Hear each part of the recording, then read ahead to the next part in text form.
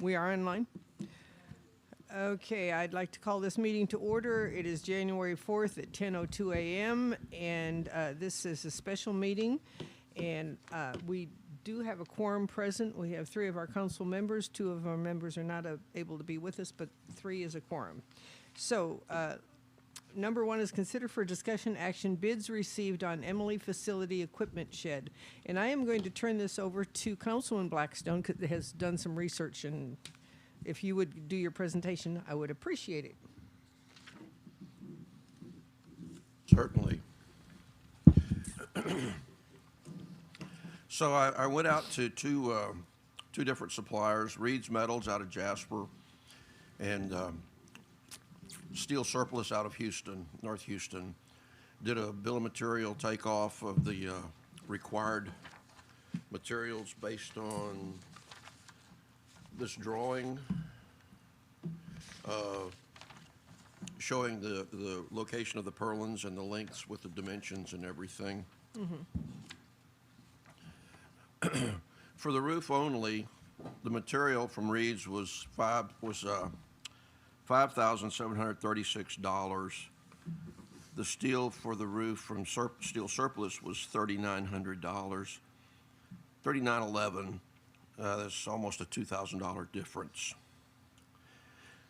For the 3 sides, the materials from Reed's Metals was $9,422 versus Steel Surplus of $5,461, or a difference of, this says $5,700, but I think that's $3,900 is the difference. The total difference between the two for both the roof and the 3 sides is $5,785. There may be a little bit of variation in the material because I used the price of the screws from Reed's Metals rather than go and shop that around. That was the smallest number. I was trying to attack the largest numbers in the bill of materials. Question, you're getting this out of Houston. What's the shipping? We'll go pick it up. Okay. It's at Cross Timbers in 59. The name of the company is Steel Surplus. Yeah.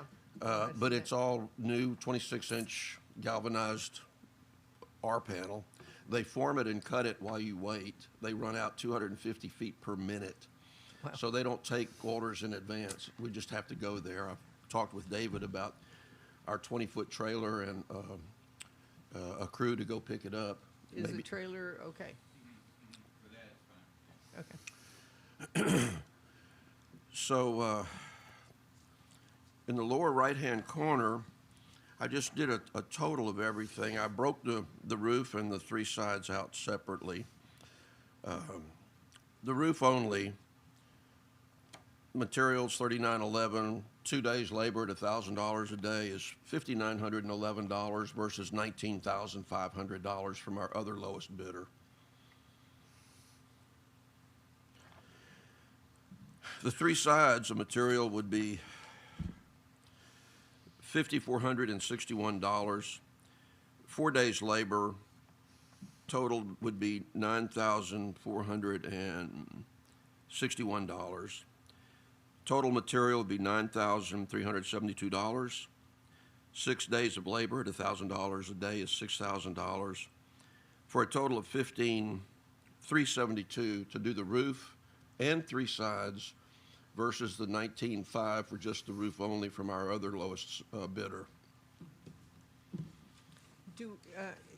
Is it possible to get a formal proposal with these figures from the construction company? I don't know. I can get something in writing from him with regard to what his labor is. Yeah, what we've gotten from these people, with a signature on it saying this is how much we're going to charge you. For the labor, yeah.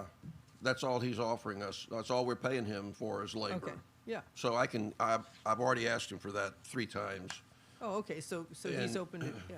So he's open to doing it.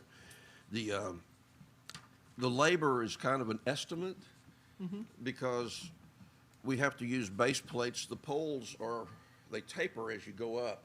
So he has to use these base plates to get the C-purlins in line so that it looks the way it's supposed to from the All right, outside.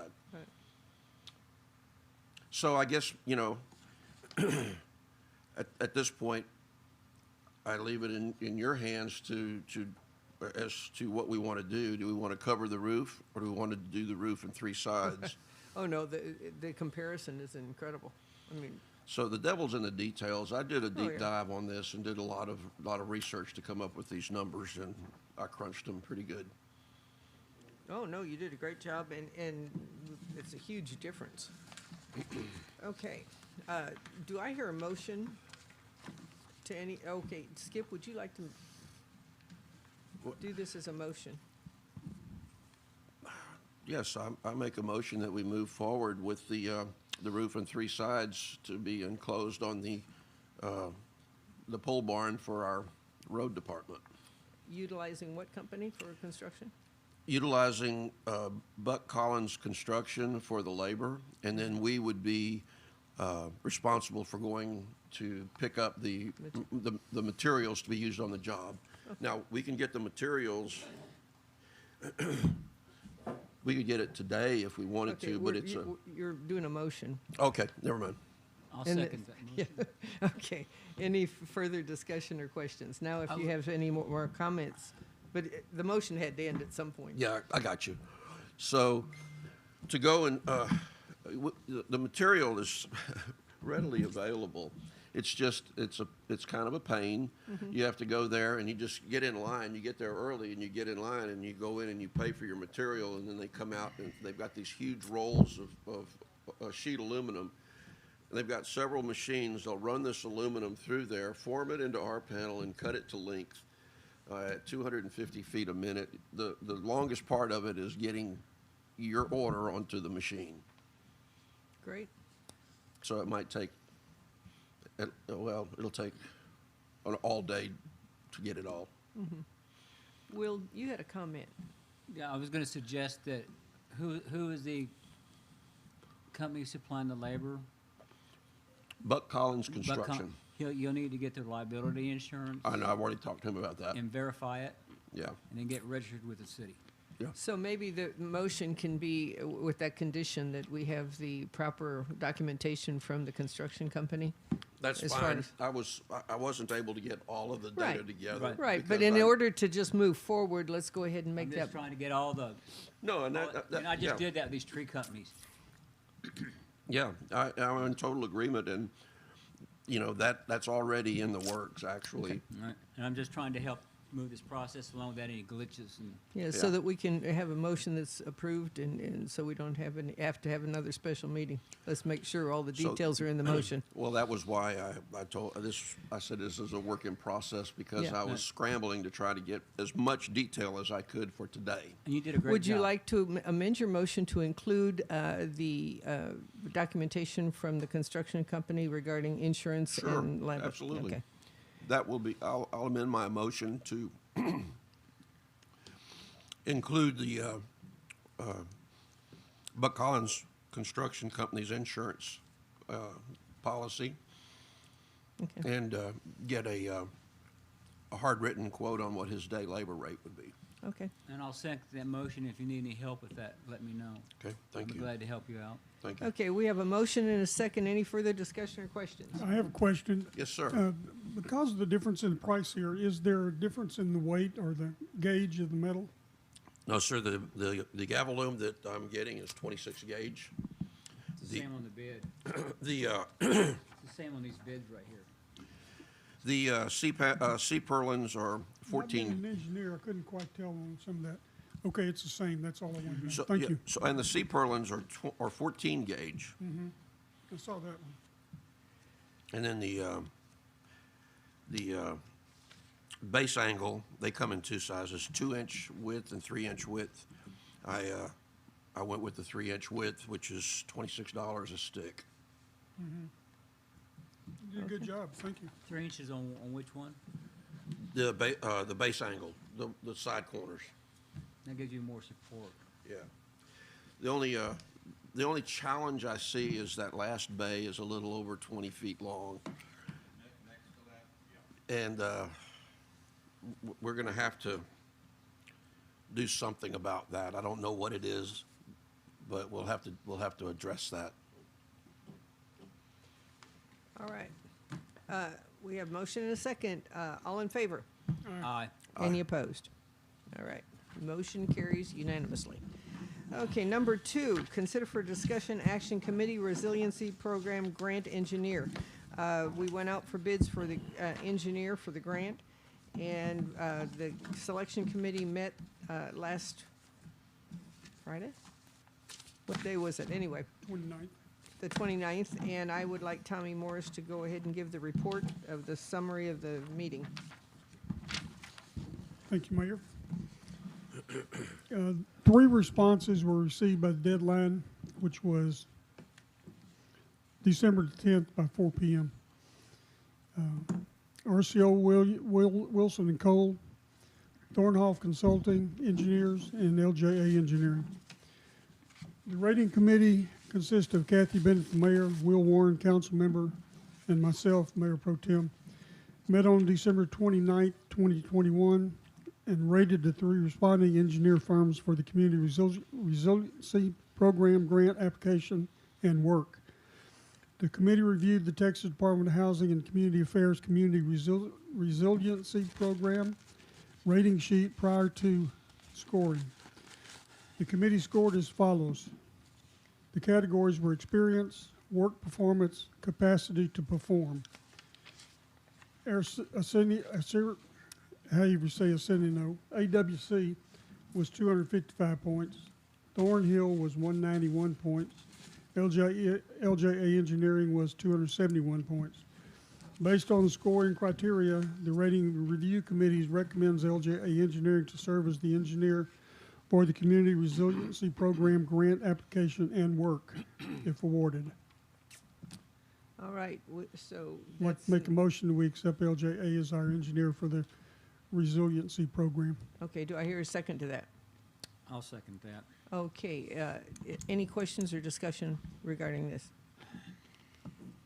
All in favor? Aye. All right. Any opposed? Okay. Consider discussion action real estate lease acquisition, and CD added this to the agenda, and I'm not sure exactly, that would be part of this grant application? Do you think we need to do anything at this point?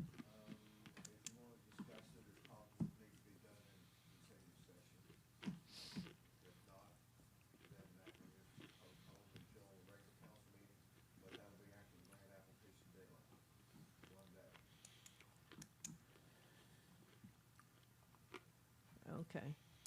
What grant application is this? This is the one for that community building, Ah, and like I say, this is one that you can't use for infrastructure. It's kind of perfect for that. The building, yeah, works.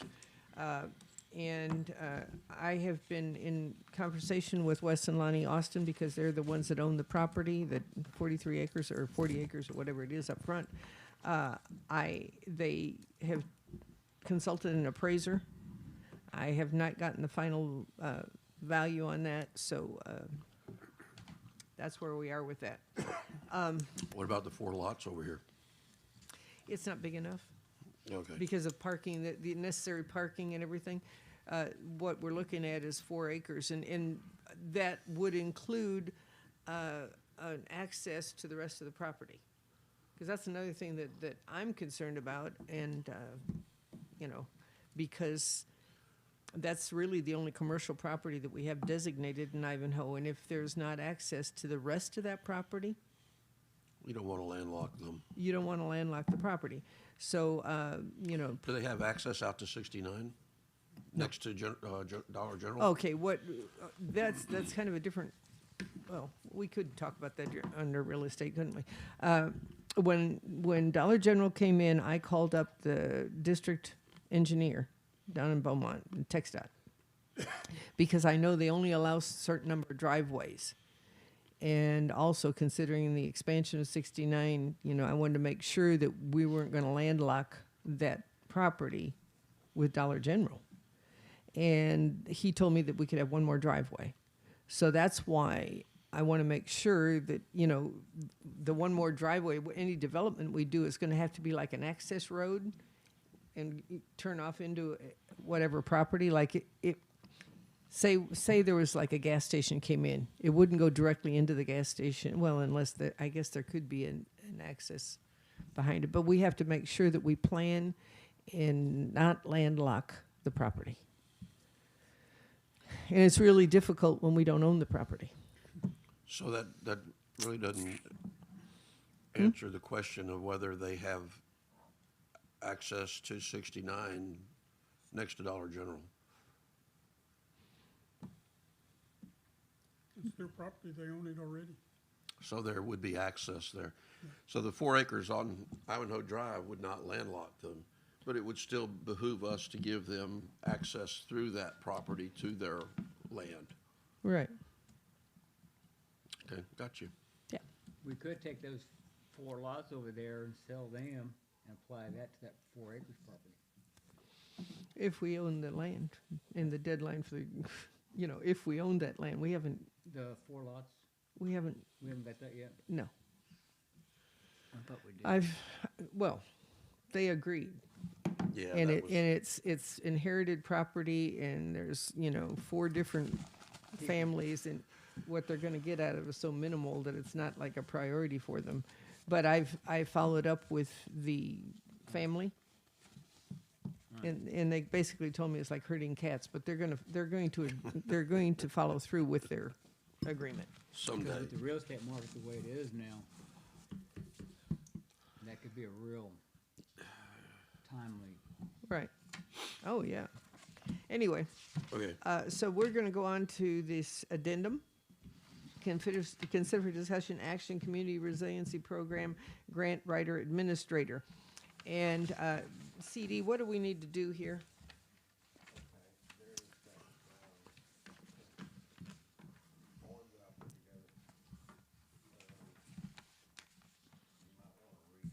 Okay, public notice, is this the one you're talking about? Okay, public notice in Beaumont Enterprise, November 11th, 2021, RFP due November 23rd, 2021, 4 p.m. Emailed request for proposals to all these different grant administrators. One response was received by the deadline, and that was Langford Community Services. The Ratings Review Committee did not meet due to one response being received. Per phone conversation with Langford Community Services Incorporated, a notice will be filed with the Texas Department of Housing and Community Affairs that one proposal was received and there are extenuating circumstances pertaining to timely development of the grant application to meet the deadline. The City Council will decide on the grant writer administrator for the Community Resiliency Program grant application and work, if awarded. Okay, so don't what? we already have a relationship with these Yes, folks? yes. So that's a good But thing. we have to officially make a motion and, Sure, sure. and officially appoint them. Is Like that I what say, you they're need? the only ones that submitted an application, so I guess we move forward because, Do you need a motion? yes. I make a motion that we accept Langford Community Services as our grant administrator.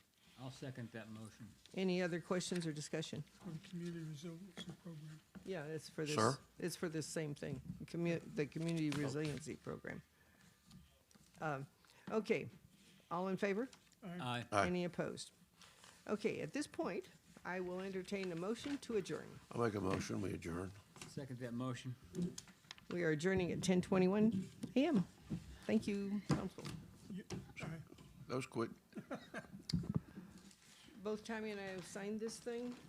We need to, Okay, here's this one. do you want a copy of it? I want a copy. Okay, so we need to make